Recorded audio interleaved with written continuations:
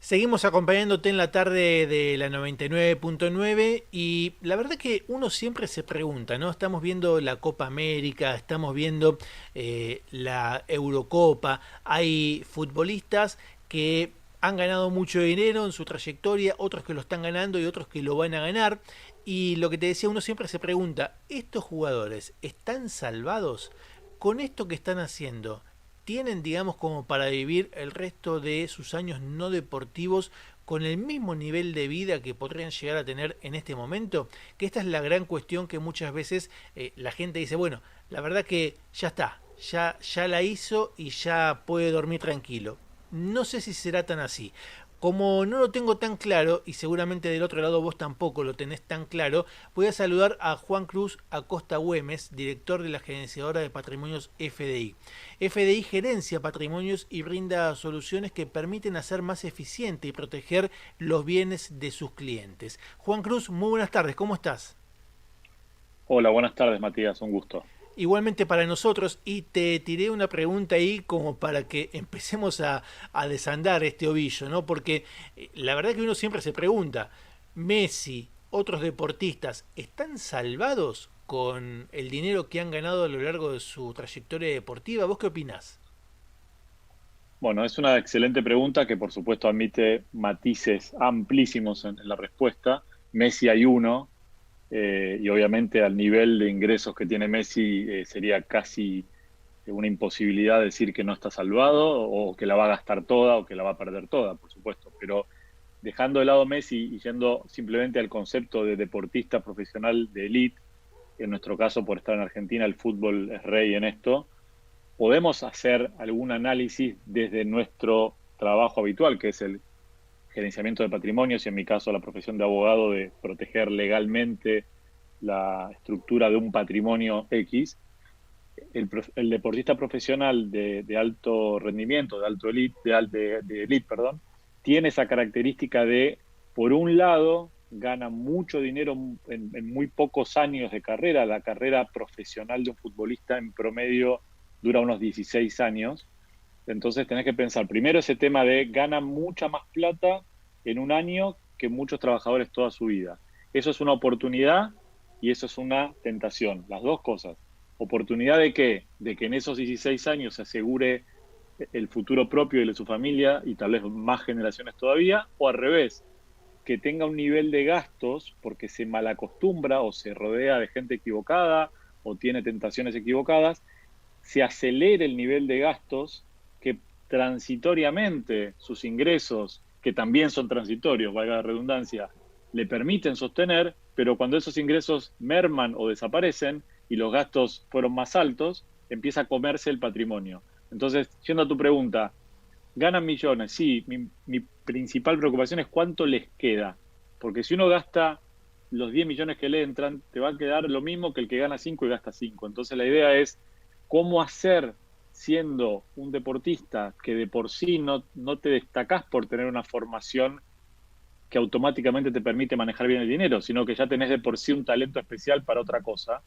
Entonces, sumemos esto, falta de capacidad previa por tema de instrucción simplemente, para manejar dinero.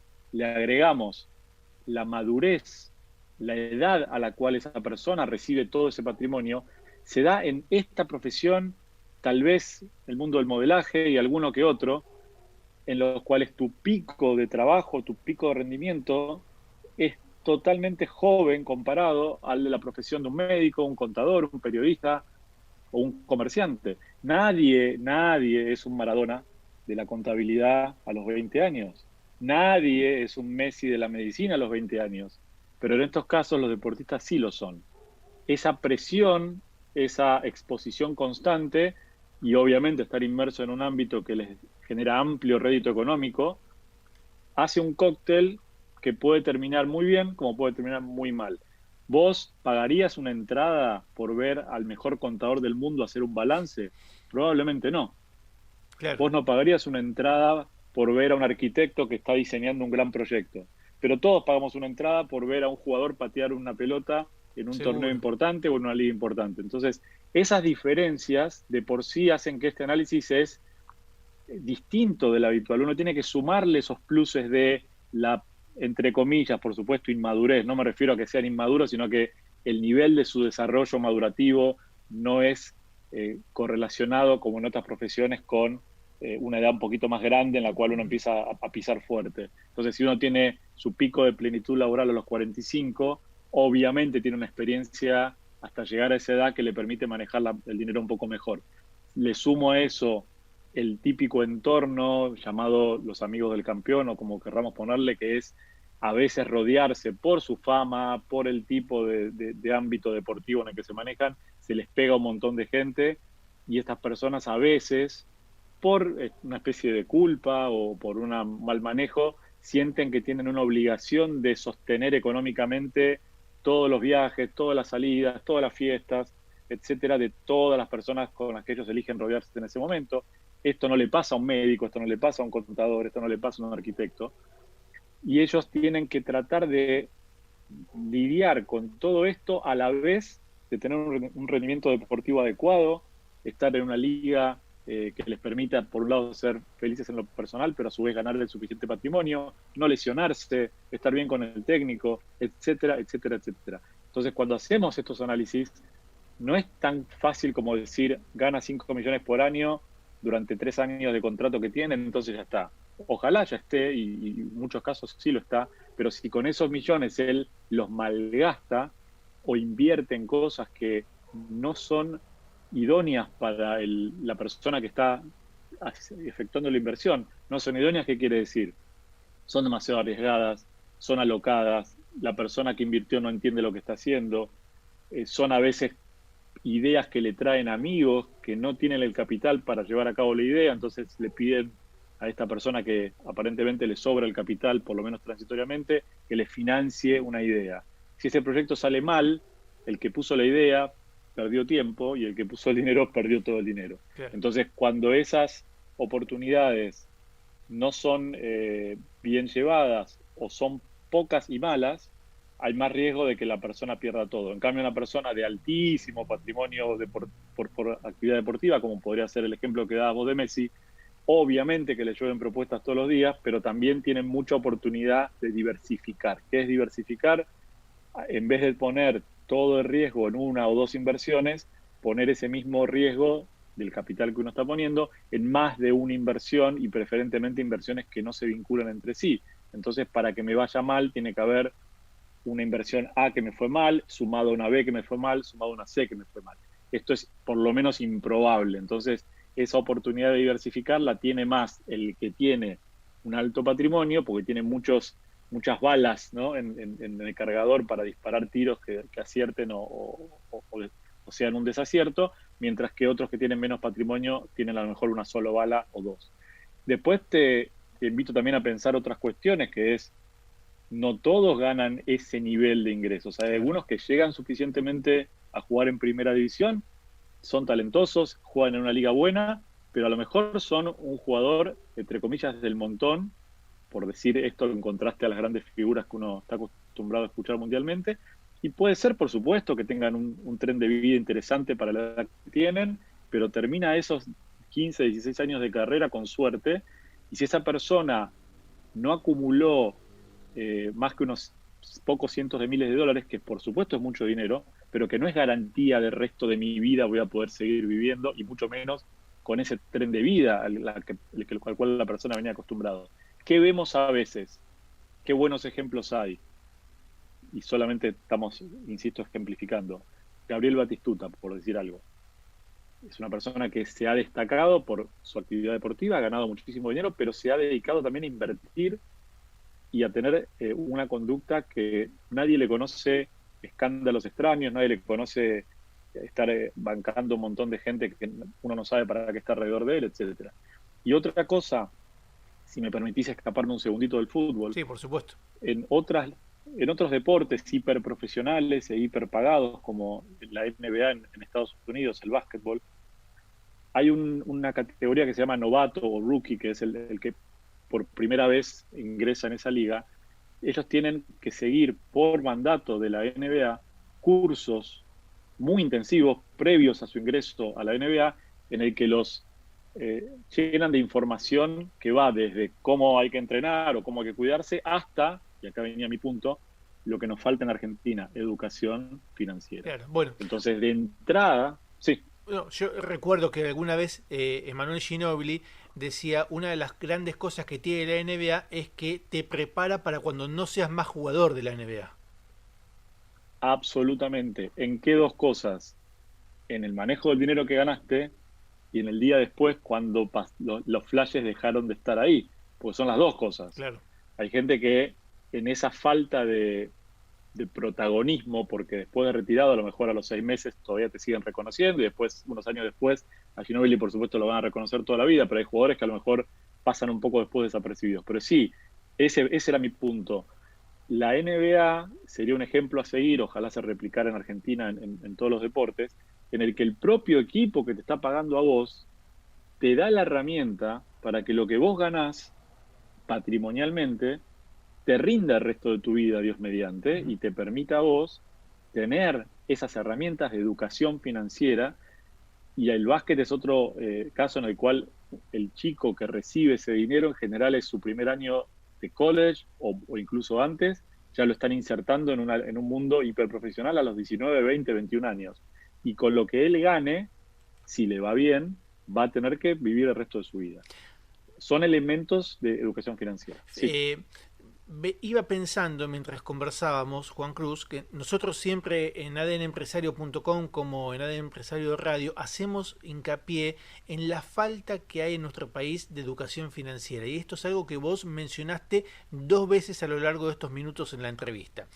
¿Cómo sintetizás que debiera encararse, y yo sé que el tema es amplio, largo y que da para mucho, pero cómo sintetizarías que debe encararse justamente una actividad, una profesión, el desarrollo de un negocio, de una empresa? Porque uno está hablando del deportista, pero esto es para toda la sociedad y para cada una de las personas que a futuro no saben, por ejemplo, hoy en día qué va a pasar en 20 años, si se va a jubilar o no, por decir un ejemplo que nos puede alcanzar a cualquiera de nosotros. ¿Cómo sintetizarías que debería actuar una persona que tiene hoy quizás ese excedente y que necesita tener un mejor pasar en el futuro o algo más tranquilo, digamos? perfecto. Lamentablemente nuestro país y el resto de la región, tal vez con alguna excepción que podría ser Chile o Brasil en algún aspecto, no se destacan por ser países que den una gran previsibilidad. Y la previsibilidad es clave para que el ahorro e inversión de una persona trascienda el signo político del gobierno que esté, la política económica que se esté siguiendo. En Argentina tenemos experiencias nefastas en todos los signos políticos y en todas las épocas en las que hemos sido gobernados como nación libre. Siempre ha pasado que caen los bancos, cambia la moneda, hay devaluaciones, hay congelamiento de activos, etcétera. Entonces, ¿cómo se le pide a una persona que está acostumbrado a esto en forma permanente y que está casi sobreviviendo en el día a día, que de golpe pare la pelota y diga, bueno, ¿cómo voy a estar en 20 años? Entonces, lamentablemente hay que tratar de recurrir a mirar a los países del primer mundo, pero en dos cosas, en cómo lo hacen y en dónde lo hacen. El cómo lo hacen, ahora lo vamos a ver, y el dónde lo hacen, lamentablemente, en general termina siendo que no son nuestros países los mejores en los que uno debería invertir su dinero. Entonces uno empieza a decir, si tengo la posibilidad de invertir fuera de Argentina, eso me permite evadirme un poco del efecto Argentina o el efecto Latinoamérica sobre la imprevisibilidad. Si no puedo o no deseo invertir fuera de Argentina, bueno, tengo que encontrar qué mecanismos me permiten en Argentina invertir de forma relativamente previsible en cuanto a que, primero, preservación del capital, es decir, lo que yo pongo que vale tanto, por lo menos que se mantenga ese valor y cuándo lo voy a recuperar si tengo que deshacer la inversión. Segundo, el componente inflacionario, es decir, una cantidad de pesos o de otra moneda que uno coloca en una inversión hoy en países de efecto inflacionario, muchas veces ese efecto inflacionario termina comiendo cualquier tipo de rendimiento o de preservación de ese valor. Entonces, si uno trata de mirar hacia afuera y trata de tener la posibilidad de invertir alejándose de esos efectos nocivos que tiene nuestra región, pasa a moneda dura y pasa a inversiones externas.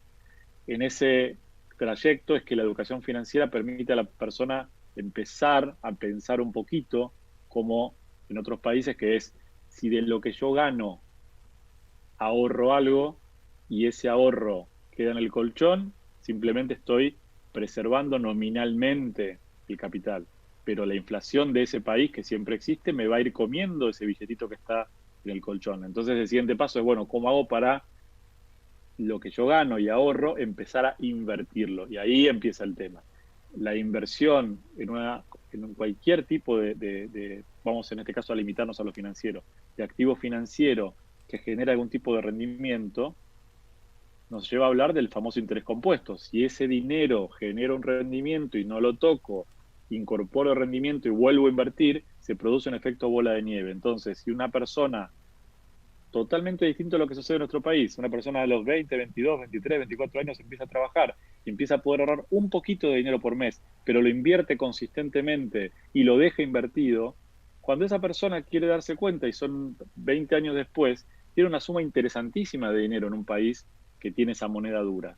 En nuestro país, lamentablemente, hay que tener otro tipo de mirada, que es esto de me voy con mis inversiones volcadas hacia un mercado y hacia una jurisdicción que me dé esos elementos, o me adapto a lo que tengo en Argentina. En ese me adapto a lo que tengo de Argentina, ahí sí ya no hay mucha ciencia que escribir, porque realmente es casi mes a mes que uno tiene que ir viendo la inversión del momento y cómo ir pasando como si fuera Tarzán de una liana a otra, de inversión a inversión, y además el componente impositivo, y además el componente político, y además, ¿no? Pero son las dos vertientes, te diría. Quien tiene la educación financiera porque su propia familia vive esa mentalidad de ahorrar, invertir, gastar en lo que hay que gastar, pero no hacer, y acá volvemos a los deportistas, por ejemplo, como ejemplo.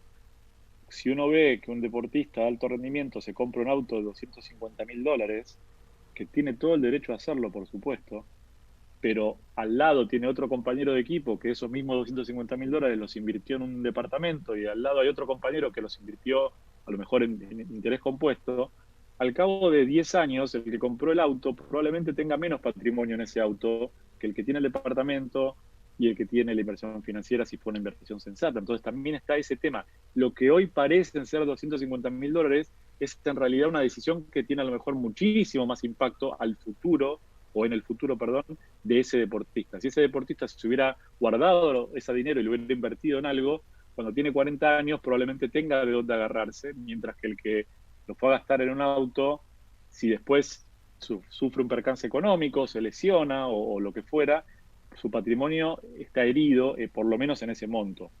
Interesantísimo, Juan Cruz, y nos queda claro que no todo lo que brilla es oro, si vale la analogía, y que para que ese oro se mantenga brillante hay que hacer algo más.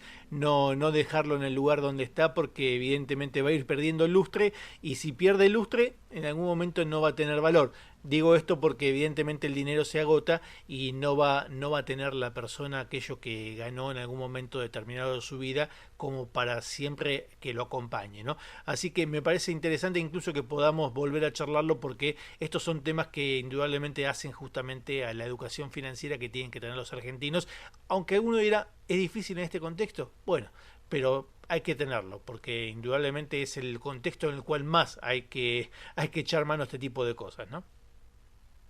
No podría estar más de acuerdo, exactamente. Te agradecemos muchísimo por este contacto, que tengas muy buenas tardes. Gracias igualmente para ustedes. Juan Cruz Acosta Güemes, él es director de la gerenciadora de patrimonios FDI, quien nos contaba acerca de lo que tienen que tener justamente aquellas personas. Saquémosle lo del deportista, hicimos hincapié en ahí, pero lo que tienen que tener las personas que quieren en algún punto llegar mejor a sus últimos años de vida. Algo más que interesante. Quédate que ya seguimos con más ADN Empresario Radio. Ahora, entérate de todo por la radio. Durante el día, entérate de todo por la web. www.adnempresario.com. ADN Empresario Radio, con la conducción de Matías Frati.